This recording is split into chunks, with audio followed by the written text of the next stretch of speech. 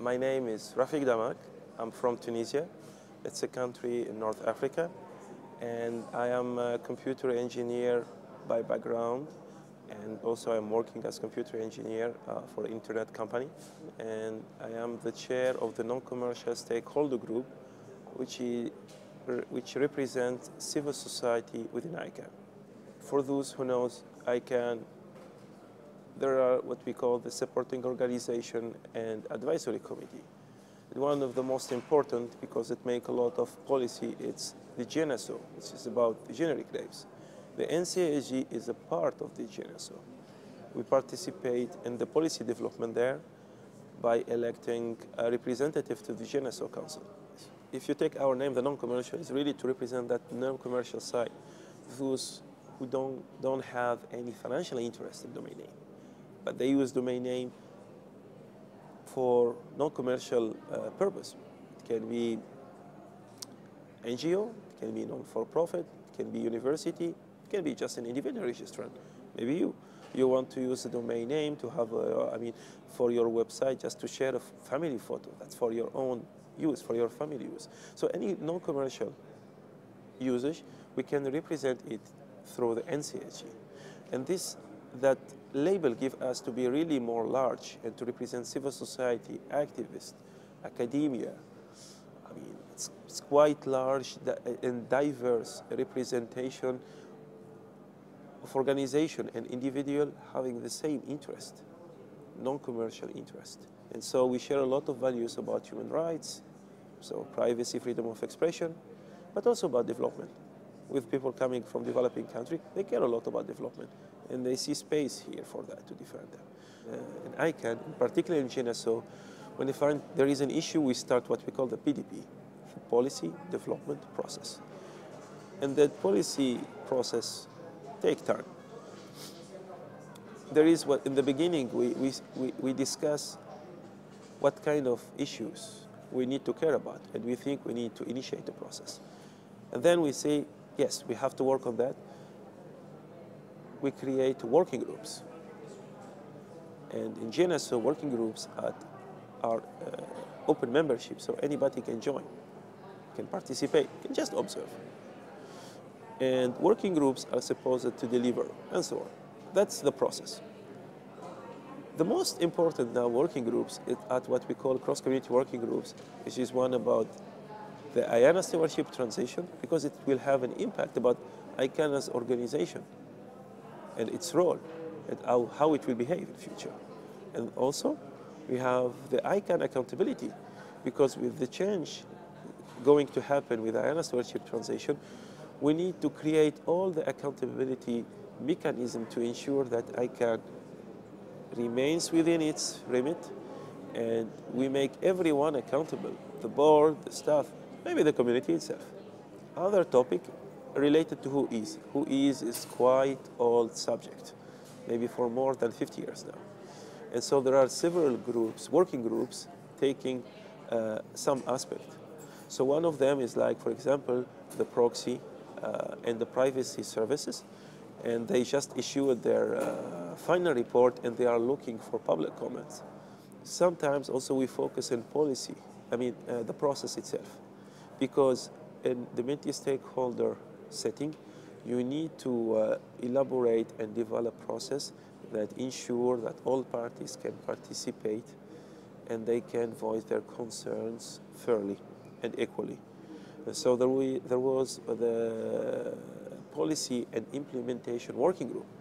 So they focused to work more about the policy, to elaborate maybe a new process that will help maybe to move more quickly, to deliver, but also how we do implementation, because the community participate in the policy, but then when the board approve a policy, it goes to the staff. So it's important to oversee how what was developed as a bottom-up from the community is implemented in practice. I see my role as a chair is more really kind of volunteers with more work to do. And it's playing kind of community manager. I do more coordination, facilitation. Maybe the chair looks like fancy title, but it's more really about coordinating and facilitation and to be that community manager. Which is important is to engage people. Because if you are from civil society, I can really represent a narrow, let's say, narrow remit, specific limit. It's about DNS. Even for those involved in internet governance, it's not easy for them to give a lot of attention about what ICANN is doing. However, because the policy of ICANN about domain names, it has a global impact at a larger scale. And so we need to care about. So one of the roles is to engage the members, but engage those also outside. They don't need necessarily to join to participate in ICANN on a regular basis. However, we can liaise with them. They can participate in the processes, in ongoing process. And so they can express their concern and they can influence the outcome. So now we have more than 500 members. We are working hard to get them engaged, to let them more aware about what's happening, to let them to participate more about the process. It's a challenge for us because we are volunteers.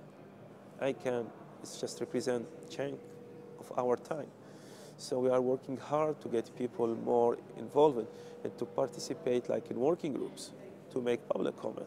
I mean, if I try to recruit you, first I need to understand what your interest, what you want to achieve in ICANN, because people when they come here, they have a different vision and they have different expectation. They want to achieve something. They also have a different beliefs and convictions. So first is to try to understand what you want to achieve. If you are an activist who care about user rights, I can understand that maybe you will be concerned about privacy.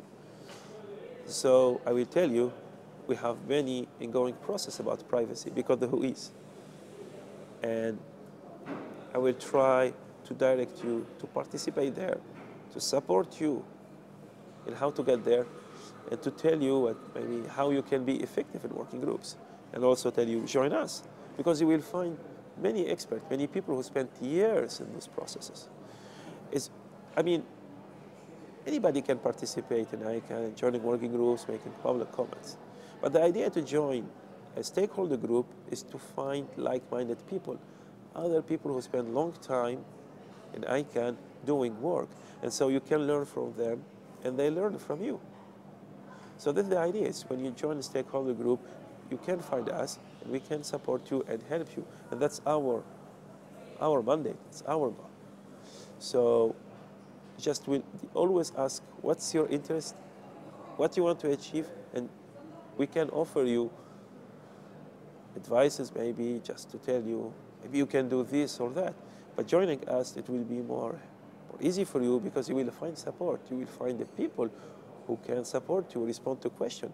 Because if you are just alone, a complex organization within like ICANN, it's hard to see how you can do. Maybe you give up. So I'm realistic to see people, there is a learning curve, but it's not a problem because everyone went through it. It's a really wonderful experience because it's an exploration. You are discovering, and then you may change your mind. Maybe when you decide, okay, I was trying to focus on this, but I think that I need to focus here. And being in the stakeholder group, it's more easy to find your path. It's more easy to find your way because you can ask a question, because you can find the historical background. This was one difficulty if you are a newcomer. There are a lot of things happened before and many things happening in the future. So when you join us, we can explain you at least about the history, maybe about the present, but we will work together about the future.